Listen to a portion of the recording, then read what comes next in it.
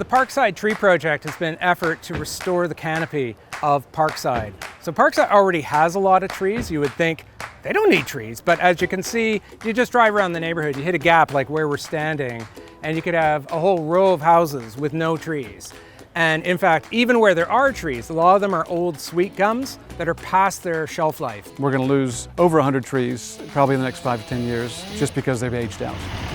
About a year ago, the Parkside Neighborhood Association decided that we wanted to plant some trees. So Robin Williams and I have embarked on mapping all the trees in the neighborhood and mapping all the holes where places we need trees and looking at which ones are dying. We've identified about 256 spots in Parkside that need a tree. Really, for the future, this really speaks to the need of residents that want to embrace the forest city. You know, that's a name and a title that we earned in the late 1800s and one that we still retain today. The one competitive edge that we always have over other cities is our beautiful tree canopy. It's historic, it's one of a kind, and it took 100 years to get us here. But it's so important for us to maintain it well into the future so that the wonderful place that we call home and these distinctive elements that make Savannah special continue on to the next generation. So we're super excited to be getting these trees in.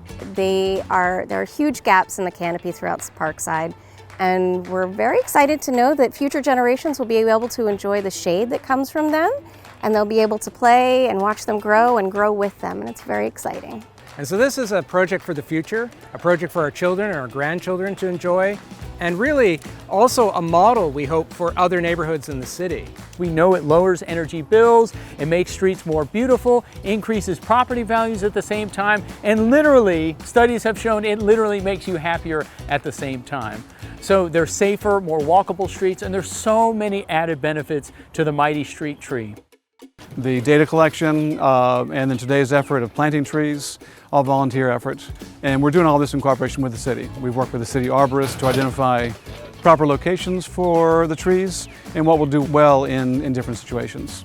We've done a pilot project with about 21 trees, and today we're working on about 93 trees that we're trying to plant here in Parkside. That's 90 holes and lots of plant material to move around. And in today's project, we had 20,000 pounds worth of trees to move.